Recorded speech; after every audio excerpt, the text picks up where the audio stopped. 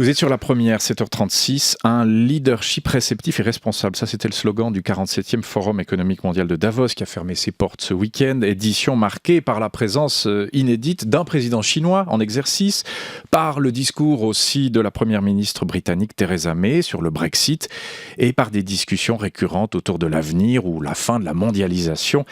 Un monde qui change, comme d'ailleurs celui de la banque qui devra bien s'adapter à cette nouvelle donne. Pour en parler, le plaisir de recevoir un banquier, le patron de l'entité suisse de Crédit Suisse, Alexandre Zeller. Bonjour. Bonjour. Merci beaucoup d'être avec nous ici à Lausanne jusqu'à 8h.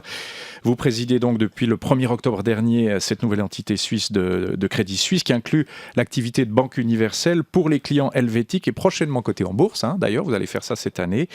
Auparavant, vous présidiez le groupe 6 et puis vous avez dirigé aussi HSBC Suisse et la Banque cantonale vaudoise au début des années 2000, deux entreprises qui ont connu la tourmente. Et la semaine dernière, vous étiez à Davos et vous avez aussi rencontré à Berne Xi Jinping, le président chinois. C'est pas rien de rencontrer un président chinois en exercice. Qu'est-ce qui vous a frappé lors de cette rencontre, Alexandre Zeller ? Eh bien, ce qui m'a frappé, c'est l'importance que le président chinois a donnée à la Suisse. Passer 4 jours dans notre pays, c'est juste incroyable. La rencontre elle-même était extrêmement formelle, donc il y a très peu de place pour l'improvisation. Donc, ils ont fait passer leur message. Nous avons fait passer leur message, qui est la volonté de collaborer. C'était très cérémonial. Pour avoir été quelques fois en Chine dans mes activités précédentes, c'est pas surprenant, mais je crois que la Chine a fait preuve d'une énorme déférence vis-à-vis de la Suisse. Qu'est-ce que ça veut dire, vous l'avez dit, c'est pas rien, 4 jours en Suisse. Qu'est-ce que ça veut dire du point de vue de la Chine, selon vous ? Quelles sont les intentions chinoises en Suisse ? Alors, les intentions chinoises, d'une manière générale, je crois, c'est une vision à long terme, c'est de rejouer un leadership puissant, d'être les numéros 1 au monde. Et pour ça, je pense qu'ils cherchent à créer des accords, des soutiens. Je crois qu'ils doivent exporter énormément leurs produits. Ils ont sorti des centaines de millions de Chinois de la pauvreté. Donc, c'est pas quelque chose de trivial. Donc, je crois qu'ils cherchent à nouer des alliances et surtout dans un contexte pour eux totalement nouveau. Les États-Unis changent complètement de stratégie. Donc, je pense qu'on est à un moment un petit peu de déstabilisation. On parlait de la Suisse comme un hub. Est-ce que c'est ça, une sorte de plaque tournante pour les affaires chinoises en Europe et ailleurs ? C'est comme ça que la Suisse doit se profiler par rapport à la Chine ? Alors, chaque fois que l'on parle avec des dirigeants chinois, j'ai eu l'occasion, comme je vous l'ai dit, dans le cadre des paiements, de parler avec China Union Pay, c'est une société de carte du crédit, ou bien avec la bourse Shanghai, ou avec des banques. Le message qui ressort toujours, et je crois que c'est ce qu'ils recherchent en Suisse, c'est cette qualité, cette excellence qu'on a pu démontrer. C'est aussi notre fiabilité. Je crois que, comme je l'ai dit, les Chinois aiment le long terme. Donc, ils aiment pouvoir se reposer sur des gens fiables. Et je crois qu'en Suisse, aujourd'hui, on est toujours un partenaire extrêmement fiable qui produit de la qualité et qui tient sa parole. Plus que d'autres places financières, je pose la question sans embâche, par exemple Londres ou d'autres places financières en Europe ? Londres est une place financière extrêmement importante. C'est la plus importante en Europe. Ceci étant dit, les régimes politiques changent beaucoup plus drastiquement que chez nous. Chez nous, il y a des changements, mais en fait, on arrive à continuer à mettre nos visions en œuvre malgré tout. Vous voyez aujourd'hui quand même le changement radical en Angleterre. Donc oui, c'est une place financière très importante, mais vous voyez qu'aujourd'hui, elle est quand même remise en question. On parle de délocalisation d'institutions, d'employés. Donc une fois encore, là, je pense que la Suisse a une très très bonne carte à jouer. Je pose la question là aussi, pas du tout de manière piégeuse. On a peut-être bien fait de ne pas aller dans cette Union européenne à l'époque. C'est peut-être aussi pour ça qu'on offre quelque chose de durable. Voilà, question, alors là aussi, sans piège, mais qu'est-ce que vous répondez à ça ? 20 ans, 24 ans, 25 ans après ce non allé en 92 ? Ce que je réponds, c'est que je pense que c'est notre démocratie directe qui vraiment est la clé du succès, parce que finalement, chaque fois qu'il y a une question de société qui se pose, elle est prise très en amont par la population. Donc voilà, la population à un moment donné avait refusé non seulement l'entrée dans l'Europe, mais aussi dans l'espace économique européen. Ça nous a permis de garder notre ligne. Ça nous a fait aussi traverser, je dirais, des épreuves très douloureuses, notamment dans le domaine bancaire. Il faut voir qu'on vient de traverser une restructuration profonde, notamment dans le domaine du private banking. On a traversé des épreuves difficiles aussi aux États-Unis. Donc voilà, la Suisse sait s'adapter. La Suisse a une vision à long terme et je crois que c'est ça qui est important. Le Brexit, est-ce que ce sera bon ou mauvais pour la Suisse, Alexandre Zeller ? pour sa place financière notamment. Alors aujourd'hui, la Brexit Suisse... dur, qui a été annoncé comme dur par Theresa May. Bien entendu, la Suisse est aussi dans une phase où elle doit positionner ses relations avec l'Europe, voir un pays beaucoup plus grand, beaucoup plus fort sur le papier que la Suisse, poser des bases de négociation extrêmement claires, et Theresa May l'a dit à Davos, extrêmement exigeante vis-à-vis de l'Europe. Je pense que pour la Suisse, ça va quand même permettre de faire valoir des arguments plus forts. Ça devrait permettre de solidifier sa position. Maintenant, ça peut aussi conduire à un blocage de l'Union européenne. Et si ce blocage se fait vis-à-vis de l'Angleterre, il se fera probablement aussi en vis-à-vis de la Suisse. Donc, après cela, il faudra définir si la Suisse se rapproche plus de l'Angleterre ou de l'Union européenne. C'est toute la question. Et que vous vous posez aussi comme patron de Crédit Suisse, l'entité suisse. Et quelle est la réponse ? Est-ce qu'on va se rapprocher ? Est-ce qu'on doit se rapprocher de l'Angleterre là, par rapport à ce Brexit dur qui se profile ? Pour l'intérêt de la Suisse, je pense que l'objectif principal de la place financière, et ça a toujours été dit, c'est vraiment d'avoir l'accès au marché européen. Je crois que ça, c'est la clé. Il est inimaginable que des institutions financières, tout d'un coup, ne puissent plus distribuer leurs produits dans l'Union européenne. C'est le même problème pour l'Angleterre. Et je pense quand même que l'Union européenne doit réaliser que si des pays comme l'Angleterre, la Suisse n'ont plus le libre accès à l'Europe, je crois que ça sera une situation un peu perdante-perdante plutôt que de trouver une solution gagnante-gagnante. Donc je crois qu'on va pouvoir trouver des accords pour que finalement on puisse quand même travailler les uns avec les autres. Et dans ce sens-là, un Brexit dur pour les négociations de la Suisse, pour l'accès au marché européen, va faciliter ces négociations ou plutôt les péjorer ? À mon avis, cela va plutôt les faciliter, dans le sens où, comme je l'ai dit, je crois que l'Angleterre part avec une base de discussion de départ extrêmement dure. Je veux dire, Theresa May a été très claire. Est-ce que c'est une vision rigide qu'elle ne changera pas, ou est-ce que c'est une base de négociation extrêmement forte ? Ça, seul l'avenir le dira. Mais je pense que pour nous, ça permet de poser des jalons assez forts. Alexandre Zeller, vous connaissez évidemment très bien les États-Unis. Donald Trump est en fonction depuis 4 jours maintenant. Il a promis de libérer un peu les banques du carcan réglementaire qui les bridait depuis la sortie de la crise financière. Qu'est-ce que vous en pensez ? Est-ce que c'est nécessaire ? En tout cas, si on prend les chiffres, Goldman Sachs a quadruplé son bénéfice. Citigroup a vu son bénéfice progresser de 7% depuis l'avènement de M. Trump. Donc ça paraît plutôt bon pour les banques ? Alors, effectivement, j'ai passé plusieurs phases de ma vie aux États-Unis, notamment une dans le Midwest et au Kansas. C'est vrai que quand vous avez habité là-bas, vous êtes un peu moins surpris de comprendre pourquoi certaines personnes votent pour Donald Trump, parce que c'est vrai que dans Vous l'aviez prédit, vous, son élection ? Je peux pas dire que j'avais été celui qui avait dit Donald Trump va gagner. Par contre, je pense que je peux vraiment bien comprendre quand vous habitez dans ces États finalement entre la côte est et la côte ouest, vous avez très peu d'avenir, très peu de vision. Il y a une statistique qui est assez récente, qui disait que dans 80% des États américains, donc 40 États sur 50, le premier job, c'est chauffeur de camion, et le deuxième job, c'est caissier ou manutentionnaire dans un grand magasin. Donc, ce sont ces positions, ces postes de travail qui vont être remplacés par les drones, par les voitures autonomes, par les robots.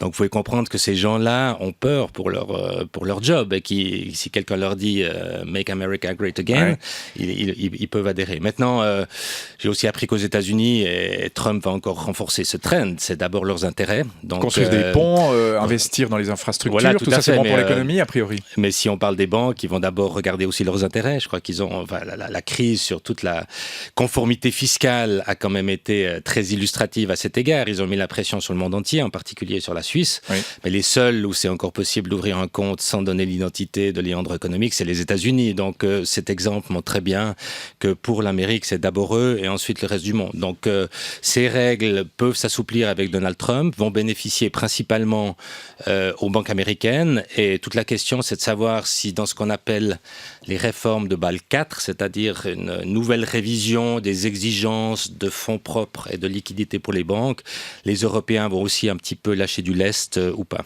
Bon, ça c'est des nouvelles règles, notamment Bâle IV concernant la solvabilité des banques.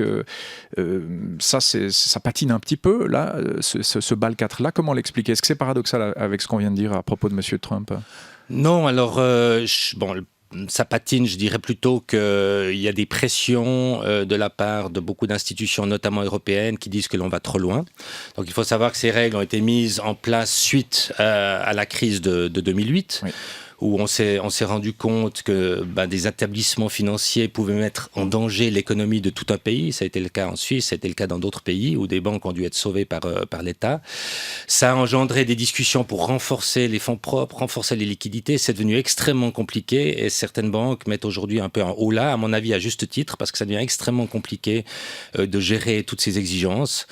Et c'est aussi dans ce cadre-là qu'on a décidé de créer ces banques too big to fail, ces banques qui n'ont pas le droit de faire faillite et qui ont mené à la création du Crédit Suisse. Oui, alors Crédit Suisse, dont vous avez pris la tête au mois d'octobre dernier. Alors on vous connaît bien, Alexandre Zeller, vous étiez l'homme qui a dirigé la BCV lorsqu'il a fallu la sortir de la crise immobilière en 2002. C'était pas votre crise, mais vous avez dû la récupérer. Vous avez aussi hérité d'une autre crise, celle de HSBC, Hervé Falciani, évidemment, qui s'enfuit avec des données volées en décembre 2008. Ensuite, vous êtes parti sur un terrain a priori plus calme, la bourse suisse. Hein. Voilà, vous approuvez. Qu'est-ce qui vous a pris de revenir ainsi à la tête de l'entité suisse, de Crédit Suisse? C'était trop calme, vous vouliez replonger dans des eaux bancaires agitées, c'est ça? C'est le goût du risque et du défi? Non, je crois que c'est pas ça. Les deux expériences que j'ai eues comme CEO, effectivement, étaient des périodes de crise, mais les périodes de crise, c'est aussi celles où on peut donner une nouvelle vision, on peut donner une nouvelle stratégie, on peut changer les choses plus facilement. C'est vrai que c'est intéressant. Non, ce qui m'a convaincu, très franchement, c'est justement de retourner dans une banque qui joue quand même un rôle extrêmement important pour notre économie en Suisse. On a presque 1,5 million de clients, on a 100 000 entreprises qui comptent sur nous pour leur crédit, on a beaucoup de clients privés, de caisses de pension, donc c'est une banque qui a quand même une tradition qui a été créée en 1856 pour créer le tunnel du Gothard. Donc, ce qui m'a convaincu, c'est de retourner dans l'entité, présider cette entité du Crédit Suisse, et puis de rejoindre le conseil du groupe, puisque je suis prévu de rejoindre le conseil du groupe si je suis élu en avril prochain. Donc ça a été vraiment mes deux motivations, et puis c'est aussi mon métier de base, où j'espère que je pourrai un peu contribuer au développement de cette banque. Il y a quelques défis à relever. Bon, il y a l'image de Crédit Suisse qui a pris un coup, qui a dû payer quelques milliards aux États-Unis, mais qui doit se renforcer aussi sur la gestion de fortune. Et en Asie, son titre en bourse a beaucoup chuté, même s'il était un peu remonté à la fin de l'année passée. Quel sera le poids de l'entité suisse que vous dirigez dans ce repositionnement, y compris de l'image de Crédit Suisse globalement, Alexandre Zeller? Alors ce repositionnement et cette stratégie qui a été définie il y a une année et demie, je la trouve pour ma part très bonne, c'est-à-dire c'est de décentraliser sur 3 pôles, les États-Unis, l'Asie et la Suisse. La Suisse est l'entité, je dirais, stable, solide du groupe. Elle représente près de 40% de l'ensemble des profits du groupe Crédit Suisse. C'est un modèle très sain. Justement avec cette répartition entre les clients entreprises, les clients privés, les clients institutionnels. Et le groupe compte beaucoup sur nous pour justement apporter cette stabilité, ces profits réguliers, un petit peu à l'image de certaines banques en Suisse. Quels sont vos rapports avec le grand patron Tidjane Thiam? Ils sont très bons. Écoutez, c'est quelqu'un de tout à fait exceptionnel, qui a une vision stratégique excellente, qui a hérité d'une banque, comme vous l'avez dit, qui a traversé plusieurs épreuves. Donc on a un très bon rapport et je crois que je pourrais dire aussi que parfois il est très content de parler français avec moi. Vous rêvez de lui succéder un jour? Ah non, je crois que c'est pas du tout l'idée. Donc moi j'ai fait 11 ans de CEO, donc dans l'opérationnel, c'est quand même assez exigeant. J'ai décidé de prendre la voie du conseil d'administration, de certains conseils d'administration. Donc aujourd'hui, c'est mon métier. Cette activité va me prendre beaucoup de temps. J'ai aussi 2 autres mandats en dehors du Crédit Suisse. Donc non, c'est absolument pas mon objectif. On retire vos propos. Je le disais, que ce soit la Banque cantonale vaudoise ou HSBC, il y a des crises qui ont éclaté, qui n'étaient pas de votre fait, mais que vous avez dû gérer. Vous n'avez pas peur d'avoir quelques cadavres dans les placards de Crédit Suisse là, que vous pourriez encore trouver ces quelques mois et dont vous devriez gérer les crises, Alexandre Zeller? Alors, je ne le crois pas, mais évidemment, on ne peut jamais rien exclure. J'ai appris dans la banque que les surprises pouvaient toujours arriver.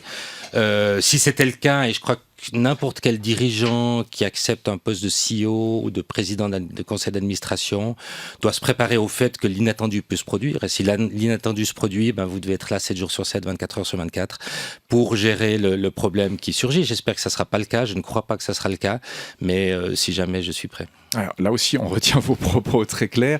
Alors, la finance serait en proie à une crise des valeurs, et on va commenter tout ça. C'est une déclaration qui est dans la presse. Dominique Chauffa et Esther Coco sont avec nous. Elle émane du professeur Marc Chenet, que vous connaissez peut-être. Nous, en tout cas, on l'a reçu quelques fois sur cette antenne. C'est à lire dans 24 heures et la Tribune de Genève. Dominique. Marc Chenet est toujours très critique sur les dysfonctionnements du secteur bancaire. L'auteur du livre « De la Grande Guerre à la crise permanente » l'affirme. On est loin d'une stabilité assurée pour le système financier, tellement loin que le professeur de l'université de Zurich appelle les citoyens à agir. Une réflexion est d'ailleurs menée aujourd'hui en vue d'une initiative pour introduire une micro-taxe sur tous les paiements électroniques, une taxe qui éliminerait sensiblement la plupart des impôts et qui simplifierait le système fiscal. Cette démarche permettrait, de l'avis de Marc Chenet toujours, de freiner ce qu'il appelle la finance casino. Ce coup de griffe écorne le système du trading à haute fréquence notamment. Les fintech que vous connaissez bien, Alexandre Zeller, alors là, je vous vois faire un peu la moue par rapport à ce qui vient d'être dit. Ouais, vous n'êtes pas d'accord avec lui ? Non, je crois qu'il mélange beaucoup de choses. Enfin, je crois qu'on mélange d'un côté la perception de l'impôt, qui est un problème étatique, le trading à haute fréquence, qui est un problème typique de bourse, qui est absolument pas du casino. On peut être pour, on peut être contre, mais c'est pas du casino. Et puis une taxe sur les paiements électroniques. Enfin, je crois que les paiements, le meilleur marché possible, je crois que c'est un principe de base pour tout citoyen de pouvoir effectuer ces paiements le moins cher possible. Donc je pense que là, il mélange beaucoup de choses.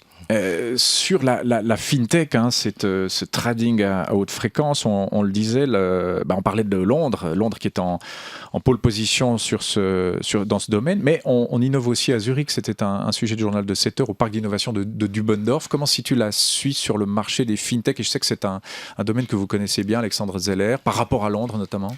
Alors, il faut quand même rappeler que la Suisse sort régulièrement numéro 1 ou numéro 2 en termes d'innovation sur le classement mondial. Donc ça, c'est quelque chose d'assez exceptionnel, qui est dû à nos hautes écoles, qui est dû à l'esprit d'entreprise de beaucoup de patrons chez nous. Alors, les fintech à Londres, à Berlin, effectivement, sont aujourd'hui plus grands que chez nous. C'est une question de taille de pays aussi. J'ai visité ces scènes en Angleterre, aux États-Unis. Ce qui m'a toujours frappé, c'est les sommes énormes qui sont investies là-dedans. Et très peu de choses vont finalement en sortir. Il va y avoir 90-95% d'argent qui va être perdu, entre guillemets. On a beaucoup aussi participé avec SIX à la création de ce parc de l'innovation à Dubendorf. Je pense que toute initiative pour rassembler les forces est importante en Suisse, parce qu'on est un petit pays, il faut qu'on concentre les moyens. Donc je salue vraiment la création de cette initiative. Mais je suis persuadé qu'on va en Suisse être très bien positionné au niveau qualitatif. On va sortir des solutions très bonnes dans les fintech. Et puis souvent, ce sont les grands établissements bancaires qui ont énormément de moyens, qui vont pouvoir s'approprier les résultats de ces fintech. Donc ces startups vont à un moment donné se vendre, c'est normal, se faire racheter par les plus grosses. Et une partie de ces innovations vont trouver des applications qui finalement serviront le grand public. Mais en matière de paiement, de solutions de paiement digital, on peut penser à Apple Pay. Est-ce que la Suisse est taille à lutter contre ça, ou va peut-être trouver un Apple Pay à la Suisse ? Est-ce qu'on peut l'espérer ? Disons, je pense que le débat Apple Pay contre la solution suisse a été beaucoup exagéré. Je pense que d'une part, il faut réaliser qu'aujourd'hui, chaque Suisse a dans sa poche une carte de débit et une carte de crédit qui lui permet d'aller dans le monde entier, n'importe où, tirer de l'argent cash et faire ses paiements. Donc jusqu'à ce qu'une solution mobile arrive à ce niveau de confort pour le citoyen, il va se passer beaucoup de temps. Apple Pay va rester Apple Pay. C'est basé que sur des cartes de crédit, ce qui n'aime pas beaucoup les magasins. Nous, en Suisse, ce qu'on a voulu, c'est créer une solution unique qui puisse non seulement vous permettre de payer avec une carte de débit, avec une carte de crédit, mais aussi, et c'est notre vision, que chaque Suisse puisse payer ses factures avec son téléphone mobile. Si vous arrivez à recevoir votre facture d'électricité et d'un clic de mobile payer votre facture, je suis persuadé qu'il y aura en tout cas 7 millions d'applications de chaque Suisse qui aura ça dans son magasin Apple ou Samsung, dans son téléphone portable pour régler ses paiements. Donc en fait, cette solution a suscité beaucoup d'intérêt. C'est pour ça qu'elle a 2-3 mois de retard par rapport à ce qu'on avait dit, parce que toutes les banques veulent s'y mettre avec PostFinance. Donc en mars-avril, on devrait avoir les premiers résultats de cette initiative. On aura encore du cash dans nos poches dans quelques années en Suisse ? Alors, je l'espère. Pourquoi ? Parce que certains pays déjà n'acceptent plus le cash quand on va en Suède, par exemple, Stockholm ou d'autres villes. On Tout à fait. n'arrive quasiment plus à payer en cash. Tout à Pourquoi fait. est-ce que vous souhaitez qu'il y en ait encore ? Disons, c'est très intéressant. On avait invité le ministre des Finances suédois à une conférence qui est totalement convaincu qu'il ne faut plus de cash. Et je pense que c'est possible dans un régime politique en qui on a confiance. Maintenant, il faut bien voir que le cash, c'est aussi une certaine liberté. C'est la possibilité de ne pas se faire tracer sur chacun de ses faits et gestes quotidiens.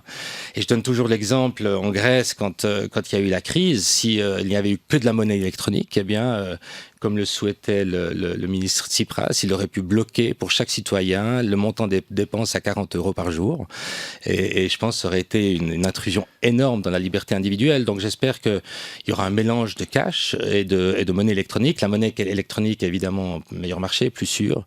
Mais je pense qu'il faut garder une partie d'argent liquide. Donc le banquier de haut vol que vous êtes dit aux Suisses ce matin, gardez un peu de sous votre oreiller. C'est ça que ça veut dire. Bon, on va parler des taux d'intérêt aux États-Unis. La très attendue normalisation des taux d'intérêt a débuté, mais le temps, toujours avec vous Dominique, lance un avertissement. Cette hausse pourrait être si forte qu'elle provoquera quelques dégâts. On va commenter tout ça aussi. Oui, en particulier sur les économies qui sont fortement endettées parce que cette hausse des taux, elle s'annonce durable. Alors aujourd'hui, ce mouvement s'accompagne d'une hausse des actions. Les effets négatifs sont donc amoindris. Mais si les rendements dépassaient les 3%, les États qui présentent de lourdes dettes seraient sous pression, à commencer d'ailleurs par les États-Unis. Pour rappel, la dette américaine se monte à la douce somme de 20 000 milliards de dollars. Voilà pourquoi le débat sur l'annulation de la dette américaine refait surface aujourd'hui. Dans ce débat, comment vous situez-vous, Alexandre Zeller ? Bon, d'une part, on voit une hausse des taux d'intérêt aux États-Unis et on pense qu'il va y en avoir encore 2 en 2017. Ça, c'est un peu la prévision. Par contre, en Europe et en Suisse, on voit qu'on est toujours confronté à un environnement de taux extrêmement bas qui pose un certain nombre de problèmes. Le problème, évidemment, du franc fort, le problème des caisses de pension qui n'arrivent plus à dégager de rendement. Maintenant, on nous annonce un peu une hausse des taux d'intérêt. On a dit que ça va être un problème. Je crois que ce qu'on oublie dans le débat sur les taux négatifs, qui a été une mesure de la Banque nationale nécessaire pour lutter contre le franc fort, c'est qu'il y a aussi des avantages. Il y a des avantages que les taux d'intérêt sont bas, le coût du crédit, notamment immobilier, est très bas. Et ça a aussi profité à beaucoup de personnes. Alors, je pense qu'une petite hausse des taux d'intérêt à moyen ou long terme serait quand même bénéfique pour notamment nos systèmes sociaux. Sergio Ermotti, patron d'UBS, dit que certaines banques accordent excessivement des prêts à des conditions qui pourraient créer de potentiels risques futurs dans le système financier à propos des taux négatifs. Pas tout à fait sur la même longueur d'onde alors. Non, je ne vois pas de contradiction dans le sens où c'est vrai qu'il y a certains prêts qui sont accordés à des taux extrêmement bas. Par contre, dans le domaine immobilier, j'en parlais encore hier avec des amis, je veux dire, quand on calcule une tenue des charges d'un crédit entre 5 et 7%, c'est justement pour faire face à la possibilité que ces taux remontent rapidement. Dernier sujet, quand un architecte se distancie de son œuvre, oui, c'est vraiment de ça qu'il s'agit. Madame Widmer-Schlumpf ne donne pas de recommandation de vote sur RI 3. Esther Coco, la troisième réforme de la fiscalité des entreprises. Ce paquet n'est plus celui que le Conseil fédéral a présenté, plus celui que elle, Evelyne Widmer-Schlumpf, avait concocté. Selon l'ancienne conseillère fédérale PBD interrogée par le Blick ce matin, de nombreux points déséquilibrent maintenant la réforme. Par exemple, la possibilité pour les entreprises de déduire des intérêts fictifs sur le capital investi, ajouté par le Conseil national. Alors certes, la Suisse a besoin d'une réforme de la fiscalité des entreprises qui abolit les statuts spéciaux des multinationales, déclare Evelyne Widmer-Schlumpf, mais le Parlement est allé si loin dans les allègements fiscaux accordés à certaines entreprises qu'il est encore plus difficile de défendre le projet aujourd'hui. Alors, va-t-elle s'abstenir dans les urnes le 12 février prochain, lui demande le Blick. Evelyne Widmer-Schlumpf refuse de confirmer, elle qui consacre désormais 1 jour et demi par semaine à ses petits-enfants. Et les grands-mamans, c'est vrai, en 20 secondes, Alexandre Zeller, c'est court, je sais, mais c'est étonnant de voir que Madame Widmer-Schlumpf ne soutient plus vraiment le projet. Écoutez, j'entends ces arguments aujourd'hui. Pour ma part... On a trop chargé la barque, c'est ce qu'elle dit. Ouais. C'est ce qu'elle dit, je ne crois pas, parce que finalement, pour moi, le but principal, c'est les emplois. Je crois que chacun en Suisse doit avoir un emploi. On a une chance extraordinaire d'avoir un taux de chômage aussi bas. Alors, son argument principal, c'est dire c'est cette déduction des intérêts, c'est une notion très technique. Notionnelle, mais en fait, oui, c'est notionnelle, compliqué. Mais c'est justement ça qui permet à la Suisse d'innover. C'est justement ça qui permet à des gens d'investir du capital et de permettre chaque année, année après année, jamais d'être numéro 1 dans les classements de compétitivité. Donc je pense que trouver une solution qui convient à l'Europe et alléger la charge des entreprises, je crois que c'est une bonne chose pour la Suisse. Vous n'avez pas peur que ça ne passe pas en votation? C'est assez serré. Alors c'est assez serré, je crois qu'une fois encore, on l'a dit, en Suisse, le peuple est relativement sage, donc on verra. Merci infiniment d'avoir été notre Merci invité, beaucoup. Alexandre Zeller. Bonne journée.